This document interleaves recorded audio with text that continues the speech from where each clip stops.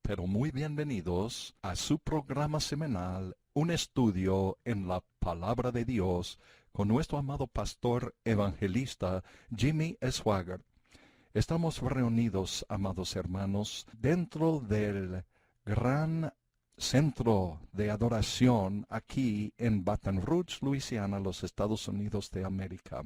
Nuestro amado pastor Jimmy Swaggart está enseñándonos sobre el libro de Gálatas. Vamos al culto ahora mismo con nuestro amado pastor evangelista Jimmy Swaggart.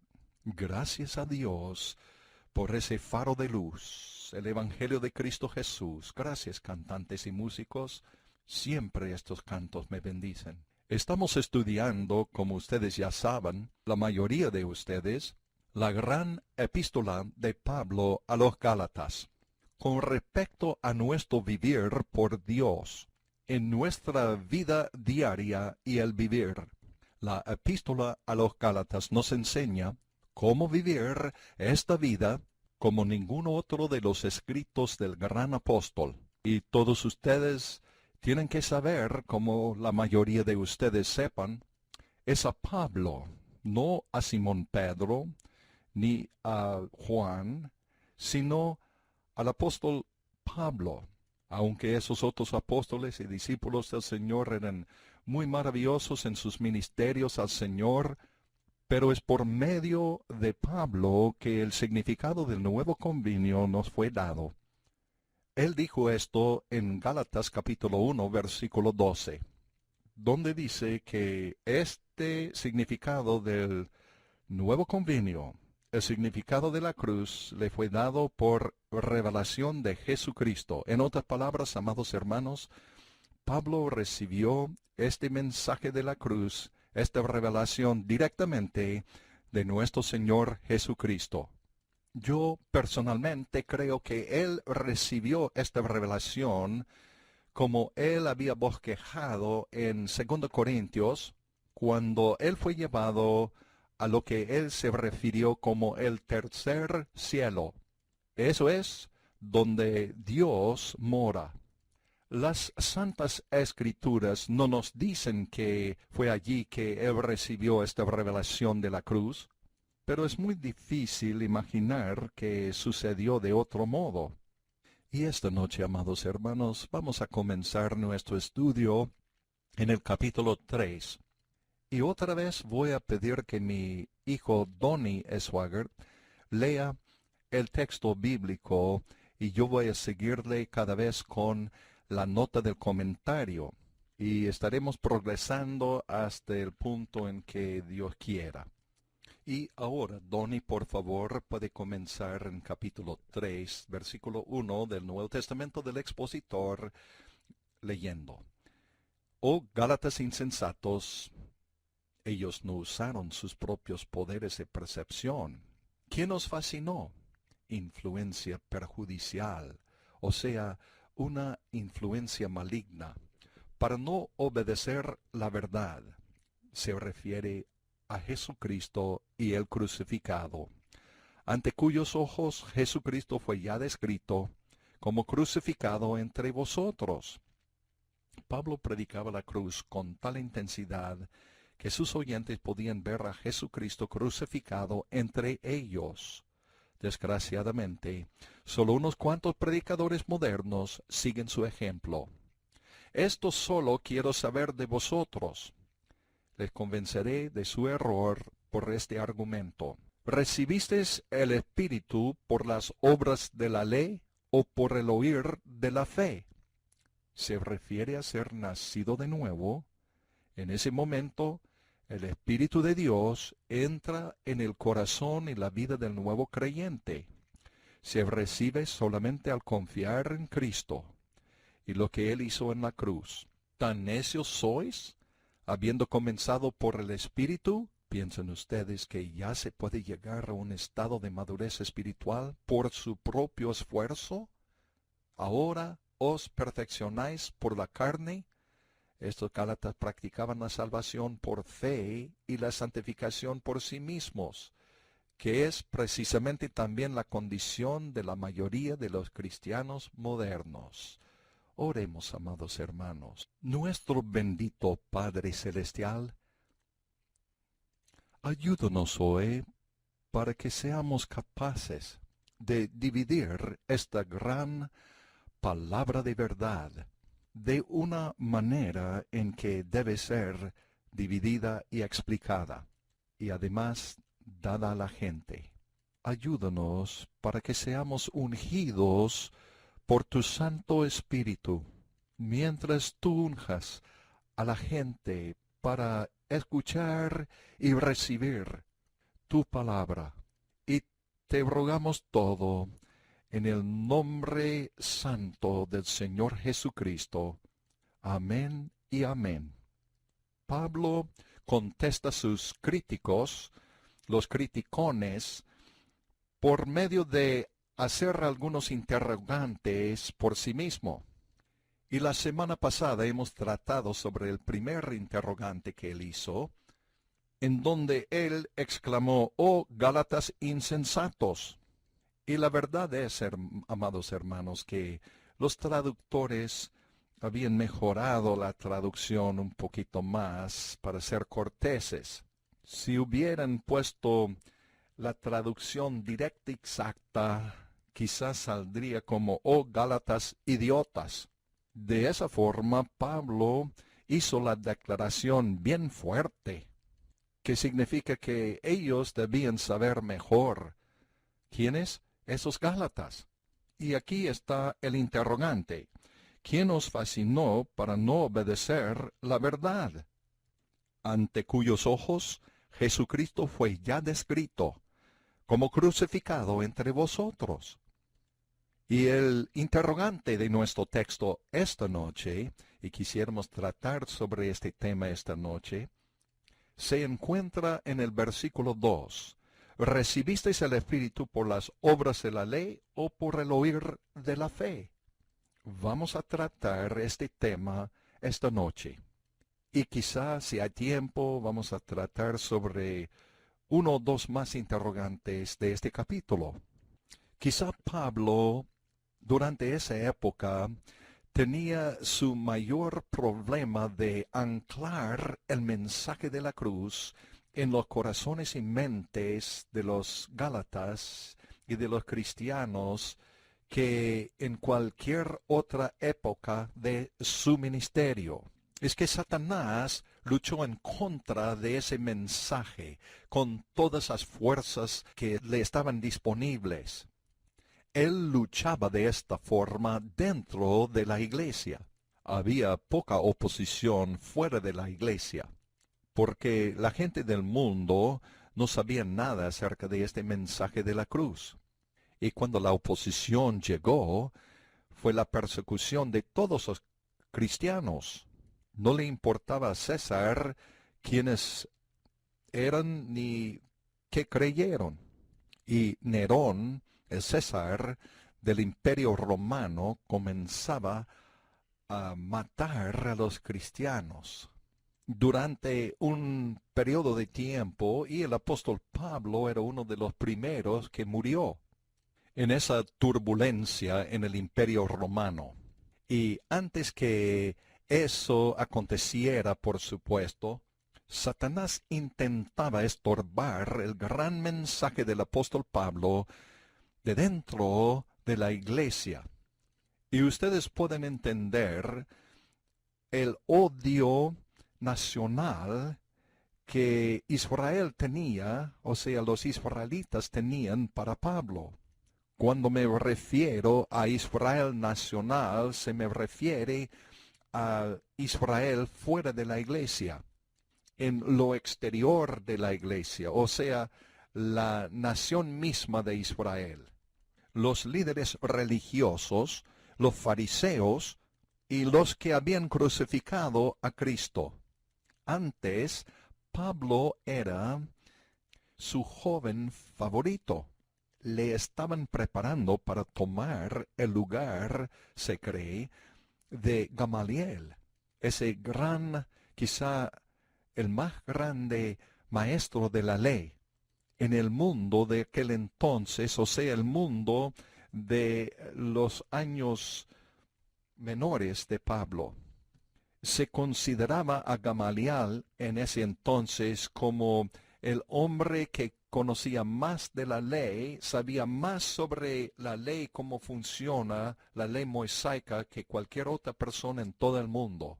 Quizá más que aún el apóstol Pablo en ese entonces. Así durante años Pablo fue entrenado a los pies de ese gran maestro Gamaliel. Le estaban preparando para ser el favorito de los fariseos, así por decirlo así, para ser el joven, el varón del póster, por así decirlo, para ser el más querido del fariseísmo, para tomar el lugar del poderoso Gamaliel. Pero luego la experiencia en el camino a Damasco detuvo todo eso dentro de una hora. Y Pablo aceptó a Jesucristo. Aleluya. ¿Pueden imaginarlo? Cuando las nuevas llegaron de nuevo a Jerusalén acerca de ese evento, y cuando los líderes de los fariseos, los que crucificaron a nuestro Señor, o sea, algunos de ustedes sabían de esa crucifixión y se ponían de acuerdo para hacerlo hacía muchos años antes, y habían escuchado que, como fue conocido en ese entonces como Saulo, que él había aceptado a Cristo. Sin duda fue muy difícil para ellos ni siquiera pensar y creer que esto sucediera.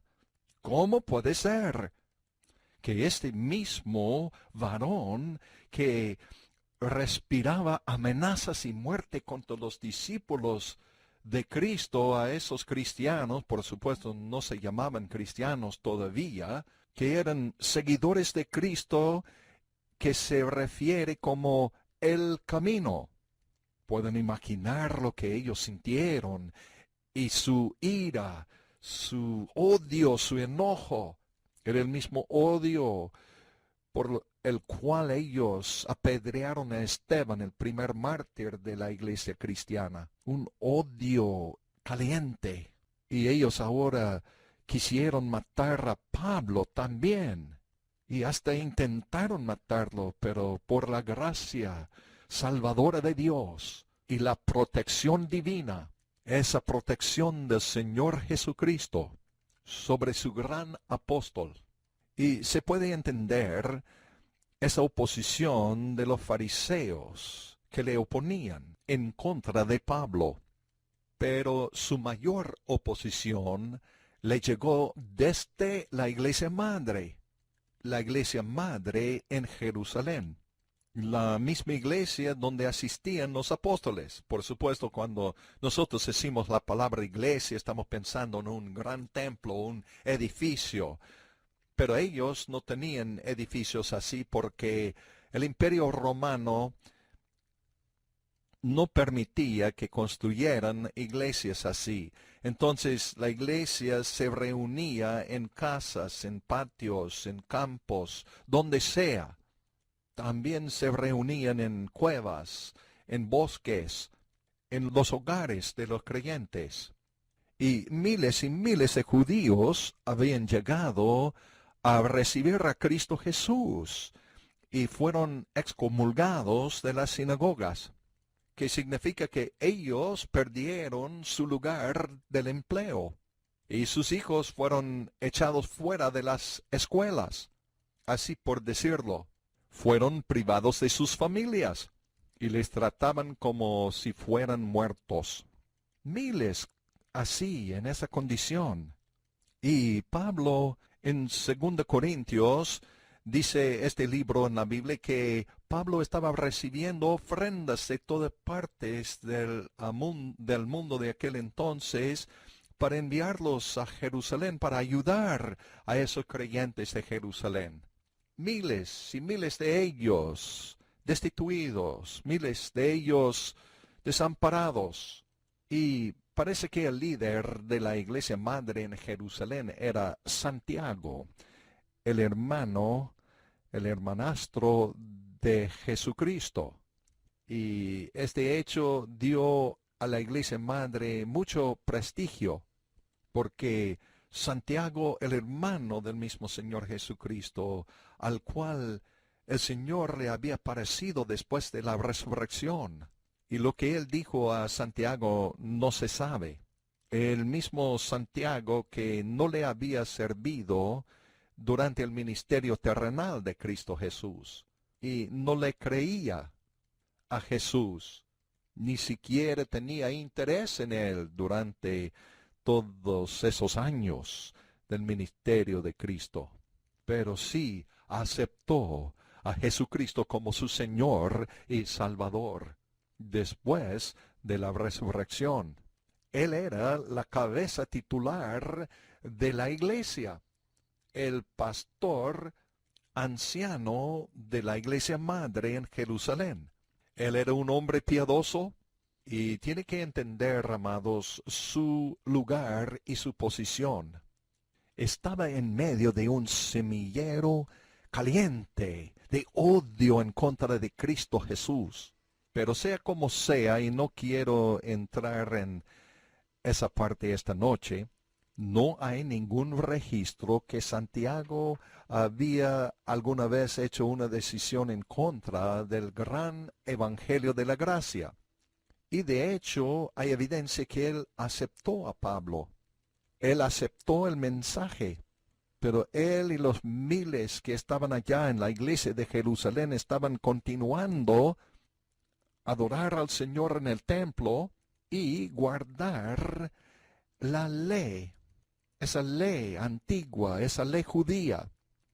Y la posición de Pablo era que Jesús era el fin de la ley, que Jesucristo la había cumplida en totalidad. Y esto causó un conflicto.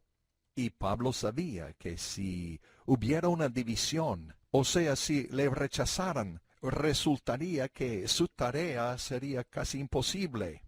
Cuando había esa gran convocación en Jerusalén, esa reunión para tratar el asunto, mientras muchos predicadores estaban yendo de Jerusalén predicando por todas partes del mundo de aquel entonces conocido, y estaban predicando que si no guardan la ley de Moisés no pueden ser salvos. Y estaban enseñando además que los gentiles entrando en la iglesia, que se entregaron a Cristo, tienen que guardar la ley de Moisés.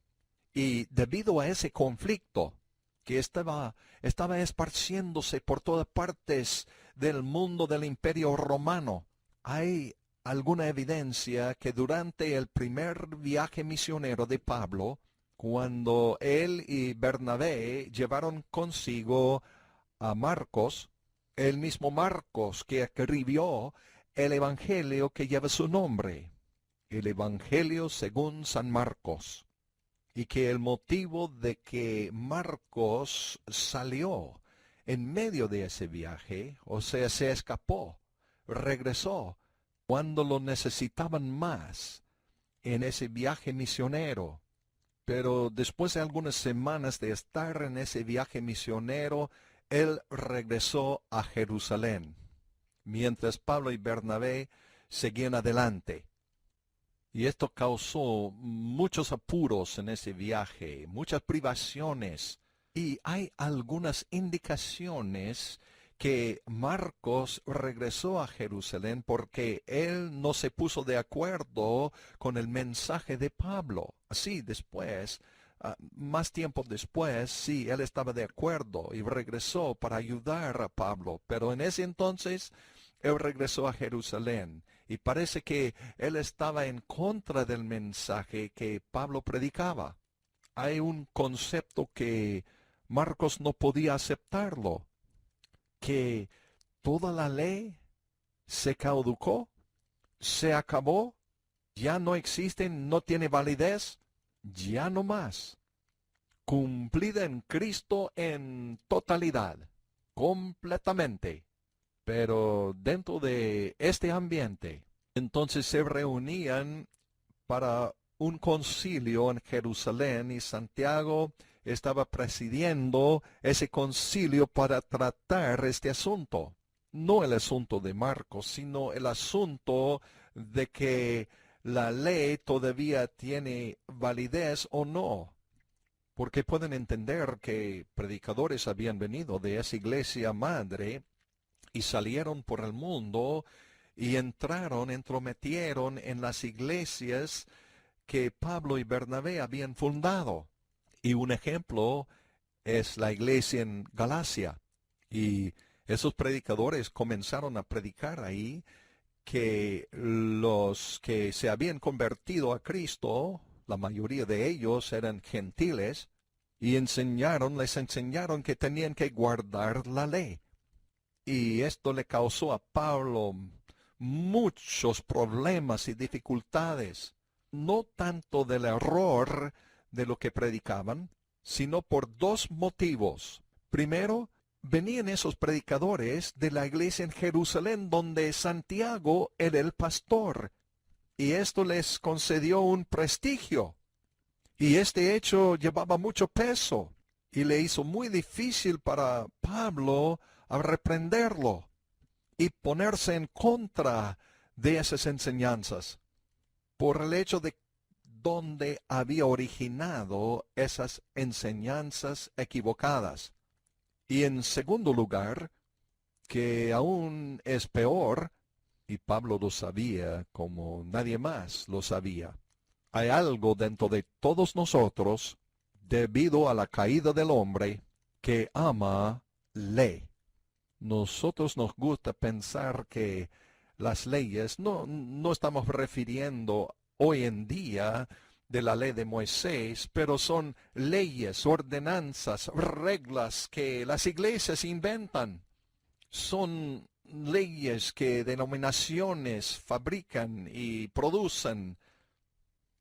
Inventan un montón de leyes y reglas para los cristianos. Hasta los predicadores inventan leyes. Leyes y reglas que nosotros mismos inventamos. Y la amamos porque creemos que si podemos guardar la ley, podemos exclamar, mira lo que soy yo. Y hay algo, amados hermanos, dentro de nosotros que le gusta inventar leyes o guardar leyes que otros han formulado. Puede ser cualquier cosa, no importa lo que sea.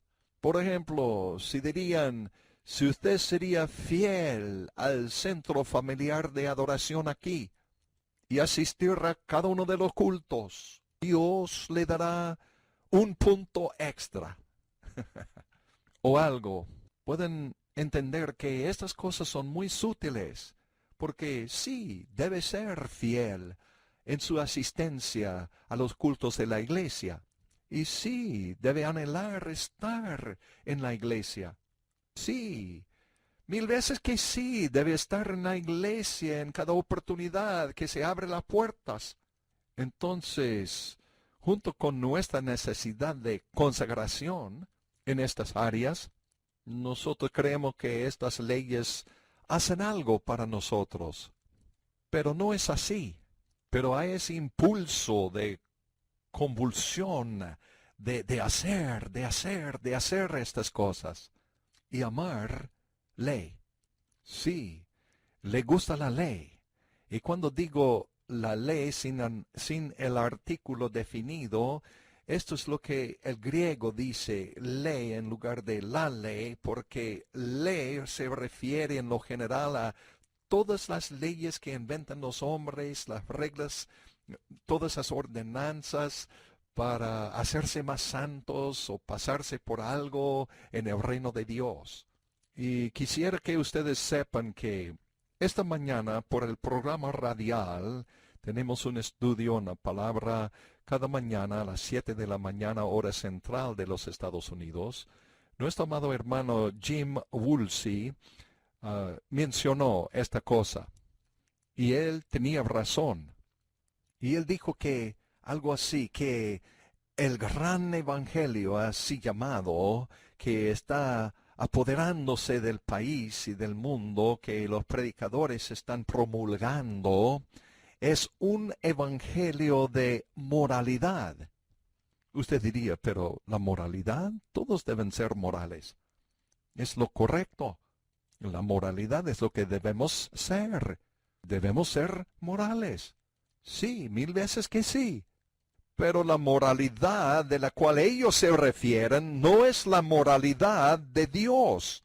No es el estándar de Dios. Es el estándar de ellos, la norma de ellos. ¿Me escuchan lo que estoy diciendo? Es la moralidad que ellos han ideado, que ellos han creado. Es la moralidad que ellos han concebido. Y los hombres les gusta hacer esas cosas. Y si no me obedecen, así dicen, pues no son salvos. Y si son muy malos. Así dicen ellos. Y tiene un buen sonido al oído. Y la carne le gusta escuchar esas cosas. Y pueden ver esto, porque Satanás es muy sutil. No cree que él está loco. No es así. Sí está loco como un zorro, loco de remate, pero él dice, vamos a alimentar a los hambrientos. Y los cristianos sí deben hacer tales cosas. Sí, si lo pone de otro modo, con su fe en el hacer esa cosa, si vamos a alimentar a los hambrientos, vamos a resolver la pobreza en el tercer mundo, suena muy bien. Tiene un sonido bien maravilloso. Y se han dado cuenta que el mundo lo aplaude. Y aún hasta las Naciones Unidas dirá, oh, qué maravilloso. Mira lo que la iglesia está haciendo. Y Satanás se pone contento. Él está bien alegre porque el problema genuino del hombre no es el hambre, ni la hambruna, ni la pobreza, sino el pecado. Nunca se trata, este tema se llama el pecado, que es el problema de la humanidad. Y nunca el hombre recibe una solución genuina para su problema. Pero este evangelio de moralidad, que suene bien para la carne, los que tienen hinchazón de oído, les gusta escuchar tales cosas que es simplemente lee. El hombre lo crea. El hombre idea una nueva ley y concibe una nueva ley y dice que si usted hace esta ley, llegarás a ser moral. Y si no la hace, no es moral. ¿Han entendido esto? Las leyes del hombre, no las de Dios. Sí, Dios tiene una moralidad también. Voy a decirles la que es. Y el hombre idea, el hombre crea su propia moralidad. Y suene bien para el oído natural, para el oído de la carne. Y dicen que este es el camino, y no es. Millones y millones y billones y 1000 millones están en el infierno hoy, ahorita, quienes seguían una moralidad del hombre, una moralidad creada por el hombre.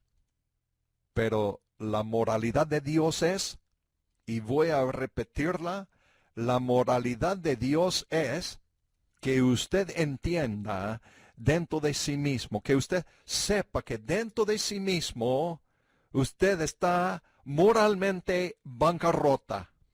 Sí, está usted moralmente en bancarrota. Bienaventurados los pobres de espíritu, porque ellos verán a Dios. Quiere decir que usted sabe a ciencia cierta que es moralmente en bancarrota. No me están escuchando. Usted diría, no, yo no soy de esa condición. No me pertenece a mí. Oh, pero que sí, le pertenece a usted y a mí y a todo ser humano. todos los seres humanos que jamás han vivido son moralmente en bancarrota. Y nuestra salvación de esta condición, y la única salvación de esta condición, es nuestra fe en Cristo Jesús y lo que Él hizo en la cruz. Y Dios honrará esta moralidad. ¿Han escuchado lo que les he dicho? Por supuesto, yo sé que ustedes han escuchado, pero quiero dar énfasis a esto. La moralidad de Dios, amados hermanos, amigos oyentes, es que usted reconoce que usted es moralmente en bancarrota y que su única esperanza es Cristo Jesús y Él crucificado. Pero el hombre no le gusta admitir que está en bancarrota moralmente. Y tampoco le gusta admitir que su única esperanza es Jesucristo y el crucificado, porque esto le pone al hombre en una posición de desventaja considerable.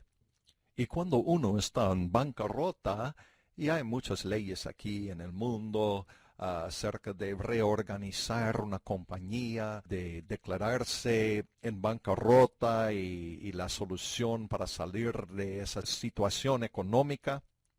Pero no hay tales cosas en la Biblia. Si usted se encuentra en bancarrota moralmente, no hay manera alguna que usted mismo puede aliviar ni redimir la situación. No puede usted remediarlo de ninguna manera. Usted podría hacer lo que le da la gana, pero todavía queda en bancarrota moralmente. Pero hay una respuesta. Oh, sí, hay una respuesta. Y esa respuesta es Cristo Jesús. Oh, yo sé que estoy repitiéndolo mucho y lo repito. Sí, con propósito lo repito muchas veces. Voy a repetirlo. Y la respuesta es Jesucristo y Él crucificado. Y no hay otra respuesta alguna.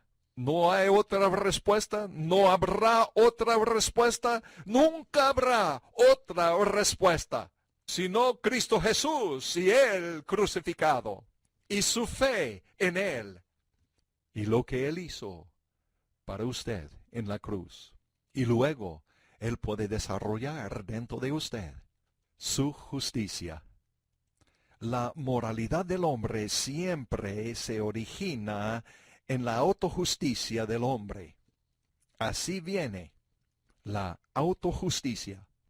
Y recuerden ustedes que es la autojusticia que clavó a Cristo Jesús, le clavó en la cruz. Y ahora el apóstol Pablo le interrogaba a esos Gálatas con unas preguntas bien agudas, preguntas del Espíritu Santo. Y esas preguntas son inspiradas por el Espíritu Santo, que significa que no se originaban en la mente de Pablo. Él dijo primeramente, oh Gálatas insensatos, ¿quién os fascinó para no obedecer la verdad? Y la verdad es lo que acaba de darles. Esta es precisamente la verdad. Y el segundo interrogante es, ¿recibisteis el Espíritu por las obras de la ley o por el oír de la fe?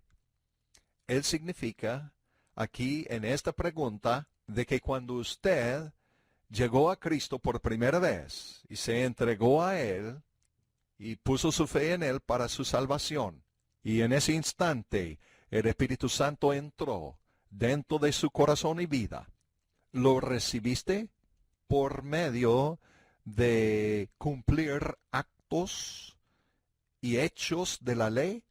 No, de ninguna manera. Usted no sabía nada de una ley. Usted era un vil pecador. Esos Gálatas fueron sacados del paganismo, sacados de unas tinieblas paganas de idolatría. Ellos ni siquiera sabían la que es la ley. Y le escuchaban a Pablo predicar el Evangelio. Ellos no sabían nada acerca de la adoración y el culto del templo. Ellos no sabían nada acerca de guardar las fiestas judías, ni acerca del sistema sacrificial. Ellos no sabían nada de esas cosas que estaban en el judaísmo. Nada, absolutamente nada. Y ellos le escuchaban a Pablo predicar, y centenares de ellos entregaron sus corazones a Cristo. Y viene de los Romanos, el libro de los Romanos capítulo 7 al capítulo 9. Y así dice en Romanos 7, versículo 9, así que yo sin la ley vivía por algún tiempo. Eso es precisamente cuando él se salvó. La ley no tenía nada que ver con esa salvación. Pero venido el mandamiento, el pecado revivió y yo morí. No voy a tomar el tiempo para explicar todo este versículo ahora. Y yo estaba leyendo el otro día, amados hermanos, a un predicador que había escrito que cuando Pablo dijo, así que yo sin la ley vivía por algún tiempo, que se refería a cuando Pablo tenía la edad de 5 o 6 años. Yo no sé por qué él escogió la edad de 5, 6 o 7 años, porque no se refirió a la edad cuando Pablo tenía 12 años. En lo que sea, es una tontería decir esas cosas.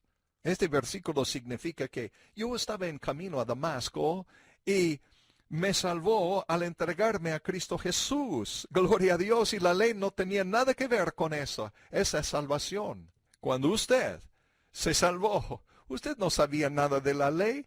El Espíritu de Dios se trató de su alma enfermo con el pecado. No importa dónde usted se encontraba, usted respondió a Cristo Jesús que sí, te acepto como mi Salvador y Señor. Y sin ley, sin ordenanzas, usted hizo eso. Y cuando usted hizo eso, el Espíritu de Dios vino a su corazón. Y fue nacido de nuevo, cambiado por el poder de Dios. Usted fue salvado por la sangre preciosa de Cristo Jesús. Por fe, fe, fe. Porque de tal manera amó Dios al mundo que ha dado a su Hijo unigénito, para que todo aquel que en él cree no se pierda, mas tenga vida eterna. ¿Recuerda usted eso? Como el canto dice, el corito, me fui esa noche para luchar, pero algo me agarró esa noche. Aleluya. Gloria a Dios. Cristo me salvó. Él preguntaba a esos Gálatas. Él dijo, ¿recibisteis el Espíritu por las obras de la ley o por el oír de la fe? El oír de la fe significaba que ellos oían lo que él decía. Cuando él decía, solo tengan fe en Dios, solo tengan fe en Cristo y será salvo. Ellos lo aceptaron. ¿Ustedes saben algo? Esta salvación es maravillosa, ¿no es así? Si el libro de Dios hubiera dicho que usted tiene que dar $100,000 para ser salvo, nos excluiría la mayoría de nosotros, ¿no es así? Ya no pudiéramos alcanzar la salvación. Y si él hubiera dicho, tiene que correr en un maratón, me excluiría a mí y a ti. No sé, quizá tú puedes correr bien, pero yo no. Pero la mayoría de nosotros no pudiéramos lograrla. No, de ninguna manera pudiéramos lograr la salvación de esa forma. Francis y yo tuvimos la costumbre hace años de correr juntos, haciendo ejercicios. Los de la familia que corren juntos se alejan el uno del otro. Y ella siempre me ganaba corriendo más veloz que yo. Y sí, ella podía hacerlo. Y yo estaba quedando atrás y más atrás. Y yo sabía que ella no sabía a dónde se dirigía.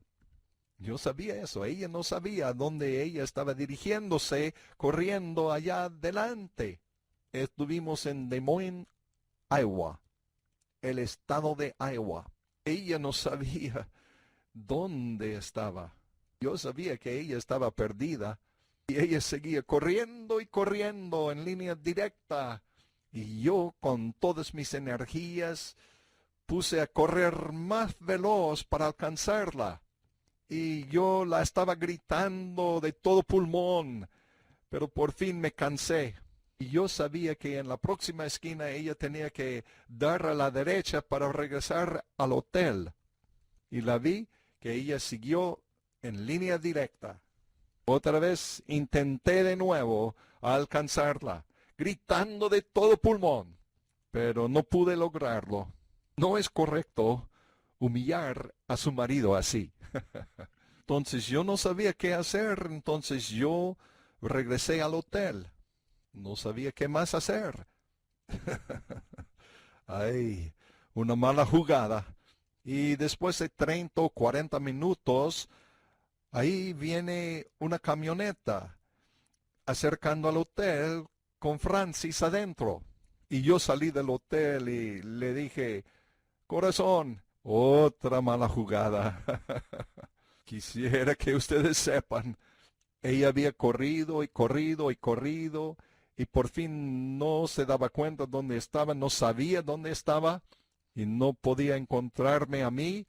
Por fin ella vio a un hombre que estaba abriendo una tiendecita y ella le preguntó, Señor, ¿me puede decir la razón dónde está el hotel Holiday Inn? Y él le preguntó, ¿cuál? Y ella le replicó, está por algún lado de eso y aquello. Y el hombre le contestó, oh sí, ese hotel está en el otro lado de la ciudad, a lo lejos. Y ella le pidió que me señale el camino. Y él dijo, no, nunca podrá encontrarlo. Yo voy a llevarle en mi camioneta al hotel. Y él lo hizo. Yo soy un necio por haber repetido esto esta noche, porque ella no ha superado eso todavía. Y no sé por qué les he relatado ese gran evento, porque no tiene nada que ver con estas enseñanzas esta noche. Nunca olvidaré lo que aconteció en ese día. Ella no me hablaba. Ese día, el siguiente día, por una semana entera no me hablaba. Pero fue un silencio santo. Tienen que recordar esto. Y si Dios, amados hermanos, les indicaba que deben correr en un maratón, la mayoría de nosotros no pudiéramos hacerlo. Pero Él nos dijo que todo lo que necesitamos hacer es creer. Y no quiero decir que es dar un asentimiento mental. Él no está refiriendo a eso. La palabra creer tiene mucho más peso. Quiere decir más y significa más que una afirmación mental. Hasta el mismo diablo cree que hay un Dios, y el diablo sí cree y hasta tiembla, porque él sabe quién es Dios. Dios lo creó, no como un diablo, sino como un ángel. Pero significa que usted acepta con todo su corazón y con todo su ser a Cristo Jesús, la persona de Cristo Jesús como tu único y suficiente Salvador y Señor de tu vida. Yo he visto la gente, algunos vienen a la iglesia, escuchan los cantos, los himnos cristianos y hasta participan y comienzan a cantar. Escuchen el mensaje del Evangelio de Cristo y el crucificado, y llegan al altar, lloren y reciban y gritan y regresen a sus hogares y nunca más regresen a la iglesia. No lo verás otra vez. Y el Espíritu de Dios sí estaba tratando con ellos. Y se conmovió sus corazones, pero no tienen voluntad de contar el costo y pagar el precio, o sea, rendirse completamente a los pies de Cristo Jesús, como el Señor y Salvador de sus vidas. Y lo que yo significo por eso no es que puede comprar su salvación de ninguna manera. Sería ridículo. Lo que significo es que ellos no quieren rendir sus pecados. No quieren dejar atrás sus pecados, su antiguo camino, y por eso no regresan. Pero gracias a Dios por los pocos que sí regresan. Y cuando usted se entregó a Cristo, Cristo Jesús llegó a su corazón y recibió el Espíritu Santo por el oír de la fe. Y la fe viene por el oír y el oír por la palabra de Dios. Y cuando se enseña la palabra de Dios correctamente, el Espíritu de Dios, sí, el Espíritu Santo producirá en su corazón esa verdad. Y usted la acepta y la cree. Yo creo.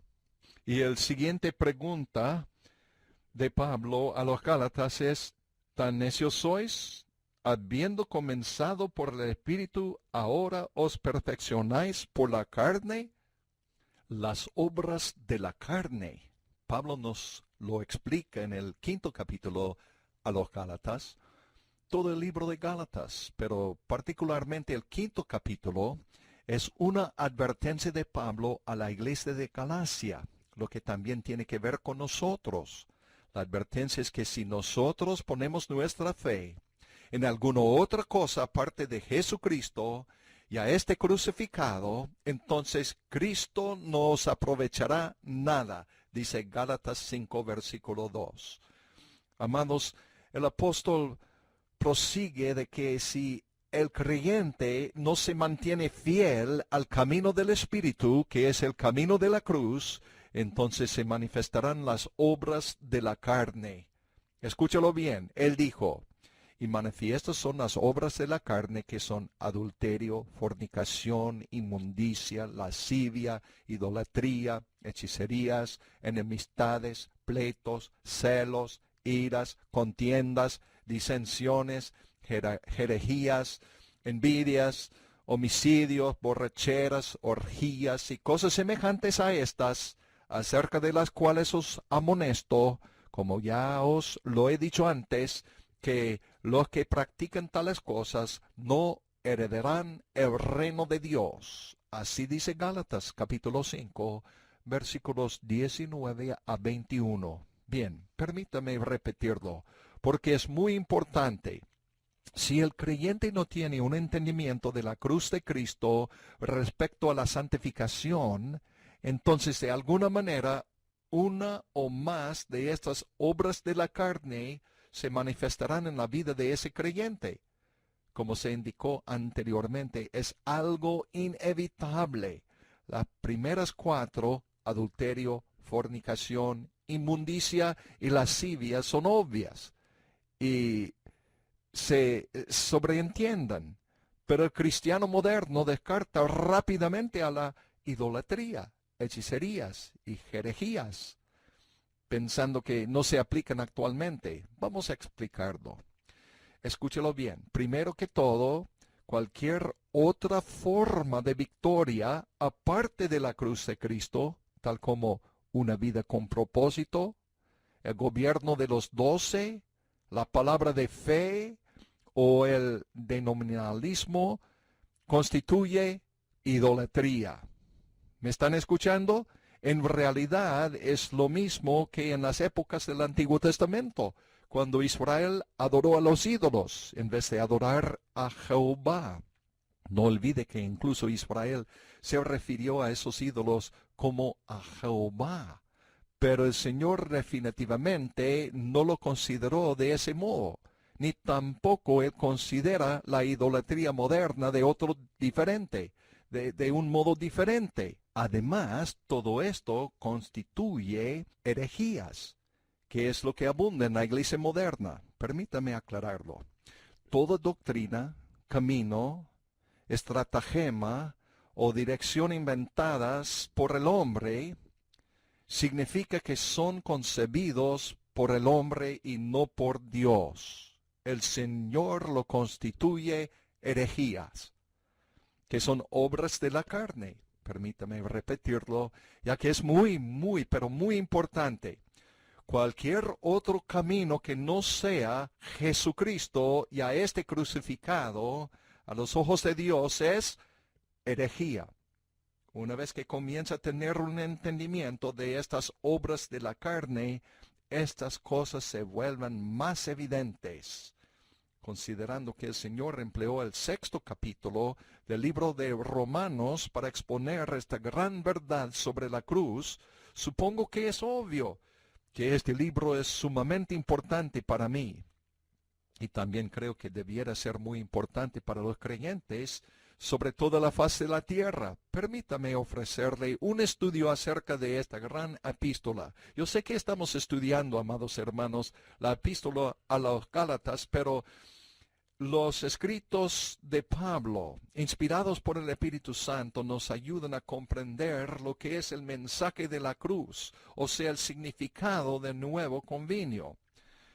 Mira, en esa gran epístola a los romanos, Pablo también dijo, y vamos a ir capítulo por capítulo muy rápidamente. En capítulo 1 de Romanos, el Espíritu Santo a través del apóstol Pablo trata en el primer capítulo con el mundo gentil, concluyendo que todos están sin Dios, todo ser humano. Y en otras palabras, a través de muchos siglos, el hombre no podía encontrar a Dios por sus propias maquinaciones. Por lo tanto, concluye que el mundo gentil se encuentra en una tragedia espiritual total. Y entonces luego, capítulos 2 y 3 de Romanos, Pablo trata acerca del asunto de los judíos. Concluye que ellos están en necesidad de un redentor, asimismo los gentiles. La verdad es que esto no encajó bien con los judíos. Por consiguiente, nos dice que solamente hay una salvación para todos, y así lo ha sido siempre. Se explica lo que es la salvación en los siguientes 2 capítulos. Fíjese, los judíos pensaban que los gentiles se trataban a los gentiles como perros, ni eran subhumanos, o sea, ni podían alcanzar la clasificación de ser humanos. Y ahora Pablo, por el Espíritu Santo, está diciendo que ellos también, los judíos, están en la misma condición de esos perros, los gentiles. No puede ser. Es un poco chocante, ¿no? Concluyendo que todos están bajo la maldición del pecado y todos tienen necesidad de un redentor. No importa si son gentiles o judíos. Fíjese. Y el Espíritu prosigue adelante en los capítulos 4 y 5 de Romanos. Estos 2 capítulos nos explican claramente que la respuesta al dilema, la solución al problema, es la justificación por fe. En estos 2 capítulos, Pablo emplea los ejemplos de Abraham y David. Se emplea de ejemplo a Abraham, al individuo inconverso que acepta al Señor, lo que él puede hacer de ninguna manera por obras, sino únicamente por fe, lo que se refiere a la fe en Cristo. Pablo emplea de ejemplo a David, al creyente, que se ha apartado y desviado, que solo puede hallar su camino mirando únicamente hacia Cristo y la cruz. La solución y la respuesta al hombre, no importa quién sea, es Jesucristo y a este crucificado. El individuo, ya sea inconverso o redimido, tiene que expresar fe en Cristo y lo que Él hizo por nosotros en la cruz. De otra manera no hay resultados positivos. Óigame bien, todo es por la justificación por fe. Es la respuesta al dilema de la raza humana. Gloria a Dios. Y capítulo 6 de Romanos, ahora que el Espíritu Santo a través de Pablo nos ha dado la respuesta para la redención. Él ahora le dice al creyente cómo vivir para Dios. Lo que se encuentra en este gran sexto capítulo de Romanos. Como alguien lo ha dicho, el sexto capítulo del libro de los Romanos constituye la mecánica del Espíritu Santo, cuando se nos explica cómo vivir para Dios. Todos hemos escuchado montones de mensajes y siempre nos amonestan desde los púlpitos, los pastores, los predicadores, lo que debemos hacer, pero nunca nos dicen cómo lograrlo, cómo hacerlo.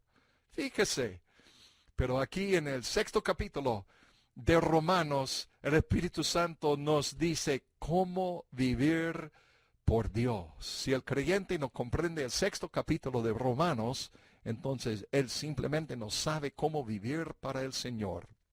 Aunque él sigue siendo el cristiano, pero si no tiene un entendimiento de este capítulo, entonces definitivamente no podrá andar en victoria diaria, lo que significa que no se realiza la vida en abundancia que Cristo nos prometió. Es indisputable que el creyente en el mundo tenga vida en abundancia. No obstante, muy pocos realmente disfrutan la vida en abundancia. Y es porque ellos no tienen un entendimiento del sexto capítulo de Romanos. Y no tenemos tiempo esta noche, amados hermanos, de seguir adelante explicando todo este capítulo. Pero es simplemente Cristo y Él crucificado. La fuente es Cristo y el medio de recibir todos los beneficios de Dios es por medio de la cruz de Cristo Jesús. Este es el orden prescrito de la victoria de Dios. Gloria a Dios. Aleluya. Y si usted puede escuchar semana tras semana, vamos a desarrollar más este tema, este mensaje de la cruz. Y usted va a poner su fe exclusivamente en Cristo, no en ningún otro, ni en ningún otro evangelio, y vas a experimentar la vida en abundancia en Cristo Jesús. Gloria a Dios.